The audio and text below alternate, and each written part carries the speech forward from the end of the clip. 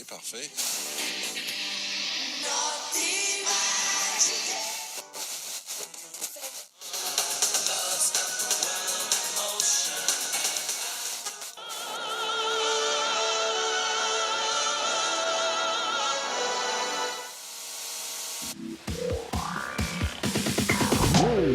Now, we know somebody's going to meet Diego Maradona's Argentina in the final. Is it going to be a right-out vengeance game for England for the hand of God, or is it going to be West Germany, a replay of the 86 final? Well, we're here today to find out. The semi-final between England and West Germany, and beforehand there's just a bit of an inquest going on in the English press around Bobby Robson's tactics for the Cameroon game.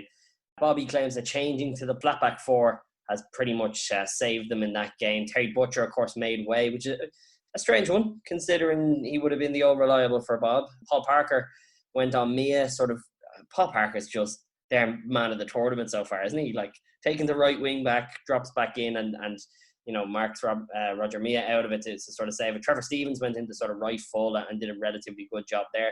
But the talk here is that Bobby is going to go back to having a sweeper. There's a bit of concern about Mark Wright. He apparently had to get, I think it was 7 or 6 stitches above his eye after the Cameroon game. And John Barnes also misses out. So are they going to be as well set up to play that sweeper?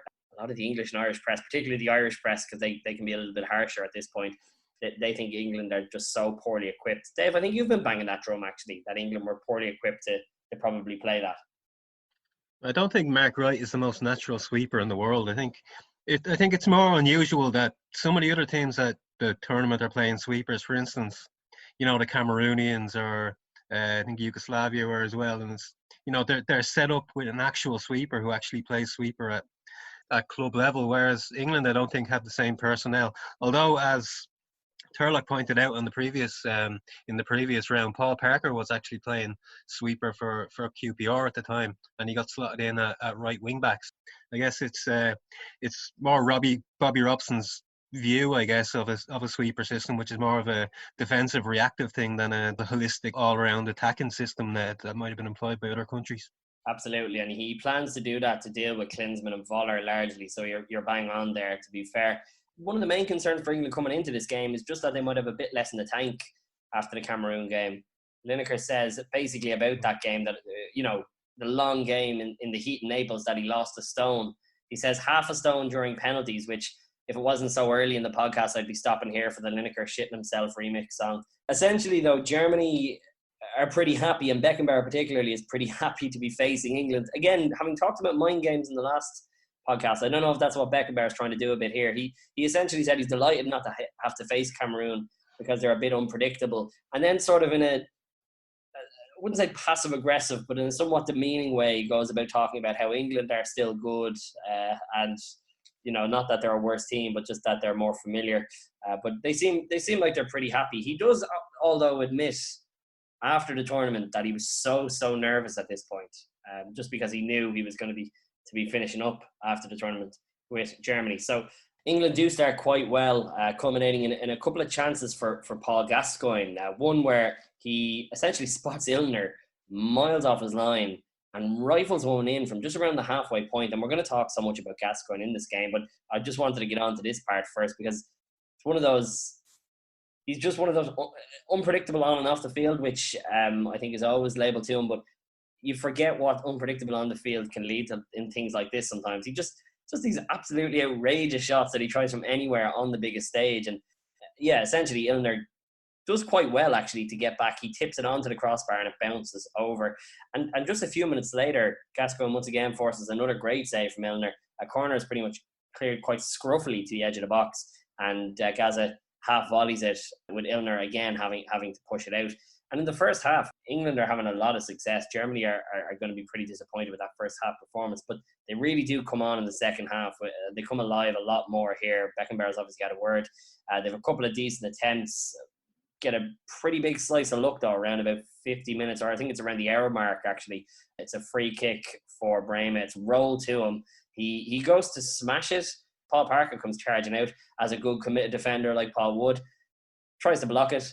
It smashes off him, loops perfectly up and over Shilton and goes in. So a massive slice of luck for the Germans, or I suppose bad luck for England, who you would probably argue, I think, Dave, you made it quite clear in the Cameroon game, and I think I made it quite clear even in the Belgian game, that they've had a fair bit of luck so far, England. They probably were due one of these, I suppose.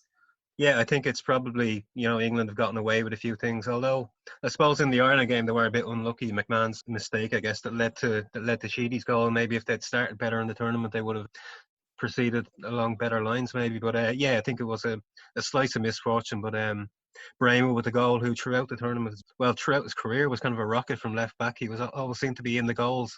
I don't know if there's a kind of a word for that sort of fullback who just seems to score an inordinate amount of goals. But Brahma is certainly the archetypal player of that mould. If anywhere was to invent a word for that kind of position, it would be Germany, because they came up with Raumdeuter, which is space investigator, which I love as a which is absolutely glorious. But you're right, yeah. I think it should be mentioned as well. Peter Shilton has had an excellent tournament, and we've kind of only said probably fairly disparaging things about. Don't get a terrific started on Shilton. Yeah, I'm just saying that the things that were disparaging were probably fair to say, not that they were fairly disparaging about Shilton. But he's had a really good tournament, and actually I probably should have mentioned in the Italy game, Walter Zenga, or Walter Venga as I like to call him, had only just overtaken his clean sheet record in the World Cup by 17 minutes in the previous tournament. So he generally had gone well in tournaments before this. He's having a pretty good tournament, makes quite a lot of good saves. I think he's really unlucky not to get to this one. Eventually, though, late on in the game, England managed to get themselves back in it. And this is a good example of how dangerous Gary Lineker is and always could be. And I think I think people maybe my age or probably a little bit younger, because I've seen a bit of Lineker, but people a bit younger than me might forget how good he is essentially because he flogs crisps and is on Match of the Day now more often than not. People might not recognise the brilliance the guy had, but he essentially was quiet all game. Cooler hadn't really given him a sniff. Paul Parker lofts one big ball up towards him. Cooler basically misjudges it, and Lineker does that brilliant thing of he's sort of leaning against Cooler. He nudges him and takes a brilliant touch with his thigh, all in one kind of move. His right thigh, he sort of nudges it towards his left foot. He just sort of swings his left peg at it and it skips into the bottom corner, and England are level 10 minutes from time. And at this point, we've got a few more bits and bobs to talk about before we get to where the game is won and lost. But we need to talk about Gaz's booking, because we've done some foreshadowing on this of how he's booked in the Cameroon game. And Turlock, I suppose I'll start with you on this one. How big a moment was this at the time compared to what it's turned into after? It's in every book. It's in everyone's memory. Before I'd even seen this incident, I've read about it like a million times. It seems to have gone down and meant so much to everyone else after the tournament itself. Yeah, I think the references to Gaz's tears, I've got kind of confused between this event and another event, which we may come on to.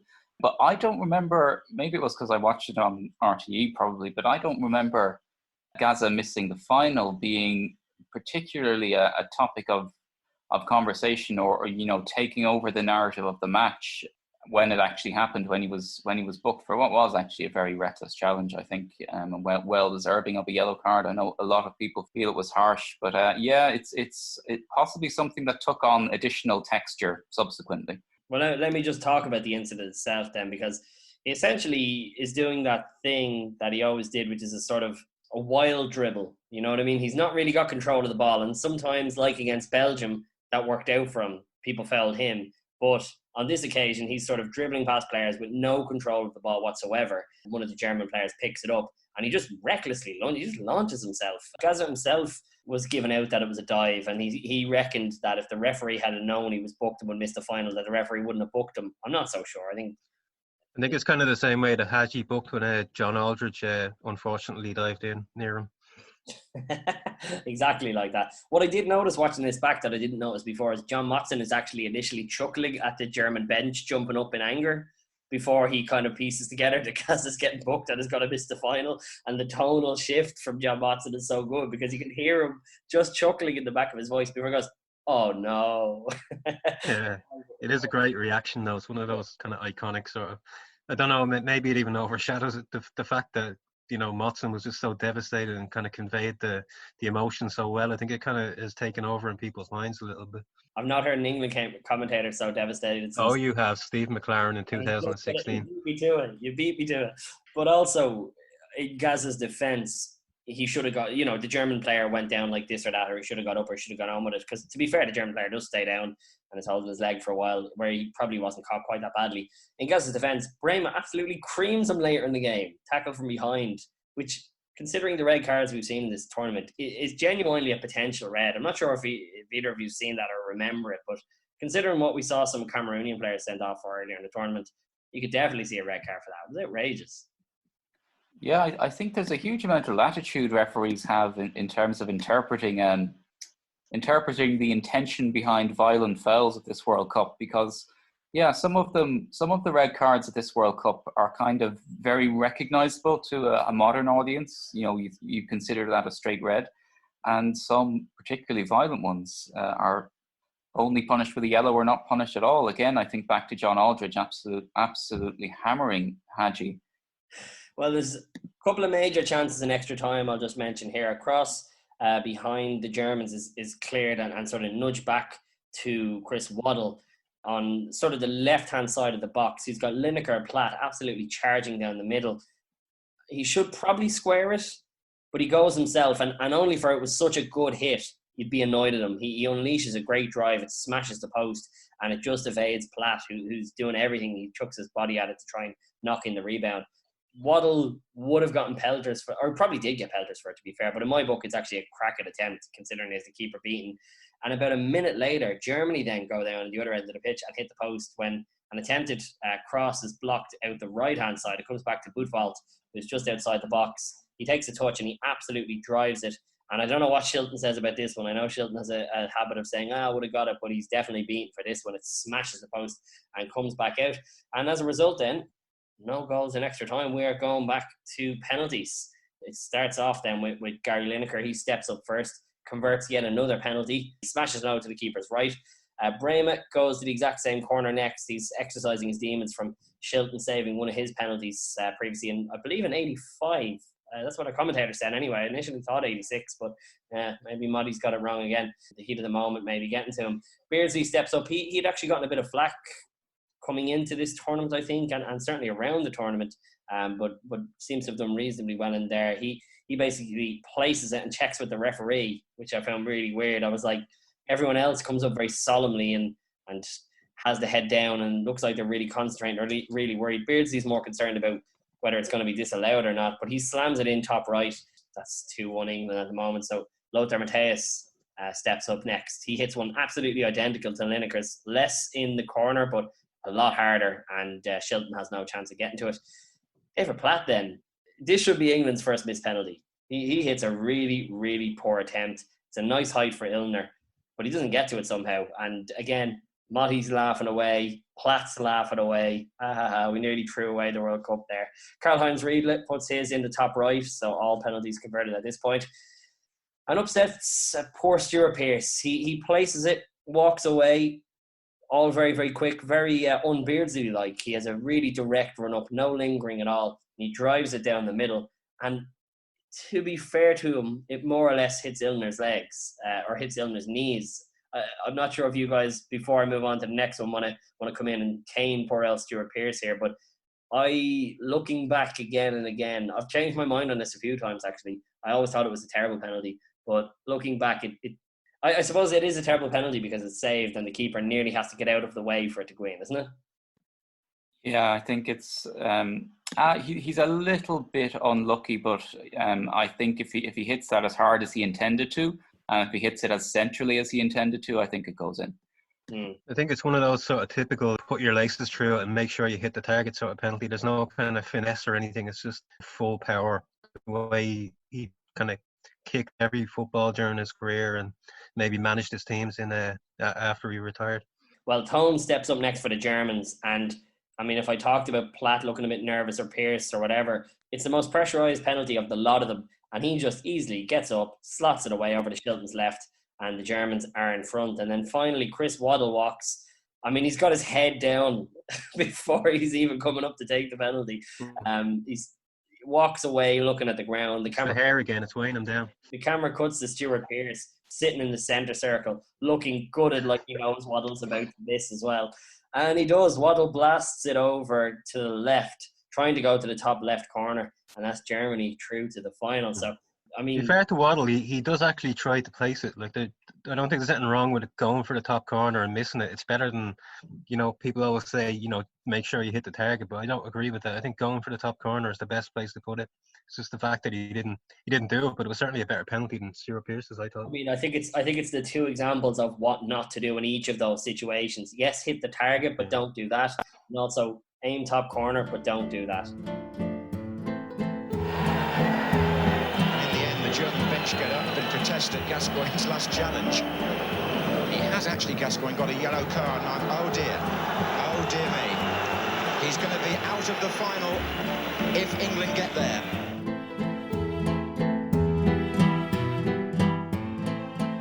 Post-match, Bobby Robson chips off, basically saying there has to be a better way than pedos for these games to be decided. Now, we had a bit of a debate around golden goal and silver goal. Are we going to find out anyone in here is against penalties? No. Well, not so much, but I think it's easy to forget how controversial penalty shootouts were right up until the 90s. Like, up until the 90s, people were talking about, in like the mid-90s, about it being a lottery. It was a circus act, that, it was no way to decide serious football games. People still call it there is sometimes, but it's more or less accepted now that it's part of the skills you need if you want to. It's science. To go far in a I think if you look through penalty shootouts in major tournaments, it's usually the more technically gifted side that does well, because, as I said before, if you go for the top corner, if you go for right in the corner, there's a very little chance of the keeper saving it. Whereas if you're less technically minded and you're just going there to kind of get it on target, that's when you get into a situation where you miss. Calling a penalty shootout a lottery is a commentator's way of filling time, considering we're able to edit and get rid of stuff we say here. If it's their way of it's a cliched way of filling up time as they figure out who's taking what penalty. We've had a literal drawing of lots in this tournament. That's a lottery. No comparing the two. I mean, to be fair, I've talked about Motti and how he's on BBC done the comments for some of this, and he talks about a test of nerves and a test of steel and skill and accuracy, and that's what it is. You know what I mean? Bobby Robson, to be fair to him, I don't think Bob has said too many outrageously controversial things through his whole career. I imagine this was kind of easily forgotten because it's such an emotional reaction, But I ultimately. What are you going to do? What else are you going to keep on playing extra time until? Are you going to play an hour and a half of extra time and everybody's dropping to the ground? Well, you can't go and have a replay next Tuesday or anything because the final's that day. There used to be replays, and that's obviously not feasible in modern football. I think it's fair enough. It is a football skills based competition, but Barry Davis always used to refer to it to the day he retired as a penalty competition, because I think that's what it says in the rules, and he was a stickler for shootout was far too American. Yeah, you'd miss Barry Davis all the same. Just letter of the law. Keep it, no referring to lotteries or this or that. I'm trying to think what you could do. I puck fada. Did you used to do that in school? See who could kick the ball the furthest, whether it goes through. There's a great one in cricket. It's been kind of superseded now by the super over, but they used to have a bowl out. So the two teams, one player would bowl at. No, it wasn't one player. It was sometimes it was 5 different players bowl at unguarded stumps, and it happened a few times in Irish Cups that games involving teams from opposite ends of the country, if they were rained off, what they'd do instead was they'd do a bowl out over the phone. So one team would bowl their allotted 5 balls and then call the other team and tell them how they got on, which is ripe for abuse, but then maybe not in cricket. I always liked the rugby penalty shootouts. Have you ever seen one of those? It was like I think a Heineken Cup game like 10 years ago or something. It was Leicester and Cardiff, I think, something like that. They go through the players just like in soccer, but like in rugby, like there's like 2 or 3 designated kickers, and then you're kind of down to the fat lads. And I think in the end, Cardiff brought up their flanker or something who's about as wide as he is tall, trying to take a penalty, and he just miserably fails. Yeah, no, I think unfortunately for England, penalty shootouts are here to stay now. So look, I have a go at the puck fada. That's all I'm saying. I think that could be an interesting way to settle it. I think what we have to finish up here with is talking about what this meant to Germany. I thought it was summed up pretty nicely by Lothar Matthäus talking in the press about the excitement he has to see his 84-year-old grandfather for the first time in 10 years after German reunification. He says he's going to bring him the World Cup and he's going to get him to meet his wife and 2 kids, which is, yeah, it's pretty nice. Germany, I mean, we talked about Argentina wanting to at least be in the final. I mean, you know, this is huge for Germany. Dave, you were sort of talking to us off air about what part of German reunification we were at. I mean, it's. Am I right in saying it's essentially happening or about to happen, or it's on the horizon? It was 1990 that they actually put it through, wasn't it? But it was obviously too early for the qualifying for this competition anyway, because you could only enter a team from 1988 onwards. Yeah, politically, it's a fait accompli at this stage. I think possibly the currencies have merged at this stage, and they're talking about how they're going to integrate the 2 parliaments. Obviously, that's going to disadvantage parties in East Germany because they're not going to get 5% nationally and all this kind of procedural stuff. So yeah, at this stage, there's no indication of how and exactly when footballing reunification is going to happen. West and East Germany, I think, have already been drawn in different groups in the Euro 92 qualifiers, and the assumption is that they'll go to the end of that cycle. But yeah, that could all change. While you were wrapping up the game, I had a bit of a look around for possible German nicknames for Andreas Brehme, the left back who scores an unusual amount of goals. The best one I came up with was Linksbanger. Which means? Left banger. I had Links Abenturer. Left adventurer. Yeah. Left adventurer. Oh, that's good. That's a Football Manager term if I've ever heard it. Before we wrap up then, Turlock, let's check in back home just to see if there's any more unusual news here or there, or he's up to any old tricks. I'm sure Haughey is up to many, many tricks, but we leave him at it. Jack, meanwhile, there's been some speculation that he might have a big showdown with Eamon Dunphy in the RTE studio, and he might come back to cover the final or the semi-finals, but RTE can't find him. He's gone entirely incognito. He's, camped out in the wilds of Yorkshire somewhere. Judge Roy Baines. Yeah, doesn't look like that's going to happen. Yeah, but in terms of entertainment news and stuff like that, tonight, if you weren't glued to the West Germany game or to the extra time of the game, you could have tuned in for the Nelson Mandela concert or an RTE1 featuring Christy Moore, Dolores Keane, the Chieftains. Fairly star-studded lineup for those who weren't into the elf football. Rather Tuanua, were they? It may well have been, yeah. Rather be doing jury duty, to be honest. Christy Moore is all right. Well, save your 50 quid and spend it on the Nelson Mandela concert. Well, you certainly weren't spending it on the lottery, because the Lotto were complaining that they're down 200 grand because of the World Cup, because people have better things to do than basically piss away their hard-earned money in the There's probably the 40,000 people who skipped out on jury duty. I was going to say, is this happening to the lottery? Is the lottery being discredited now because of penalty shootouts? Maybe. Anyways, talking about kind of divisive entertainment figures. Also tonight, Brendan Grace is opening for Frank Sinatra at the Docklands Theatre in London.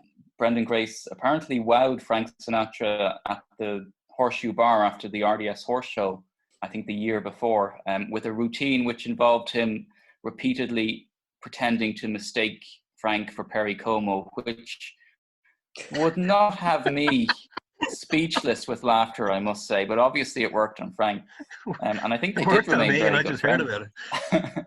Also debuting tonight on Channel 4 at 10 o'clock for those looking for a laugh after, well, I suppose if you're Irish, you've already had your laugh, but for English fans, if you're looking to up your spirits, debuting is a sitcom about EU bureaucracy called The Gravy Train, which I'm only mentioning because it stars Alexei Sale, Ian Richardson, and future Hollywood superstar Christoph Waltz, who would have been more or less unknown at this time.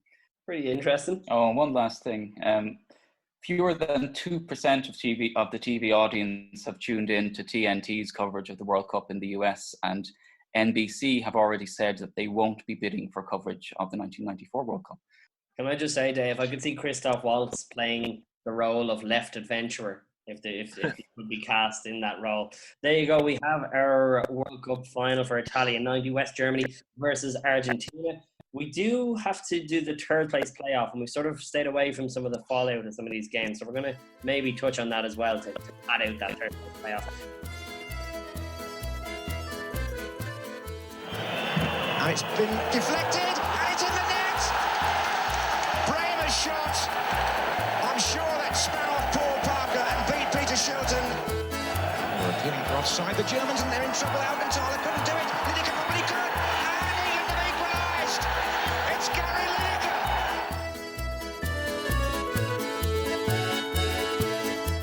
So now Stuart Pearce, who's done the job for Nottingham Forest. Can he do it for England? He can't! He keeps Waddle out here. Germany are in the final, and England are out. Would you want to be Chris Waddle now?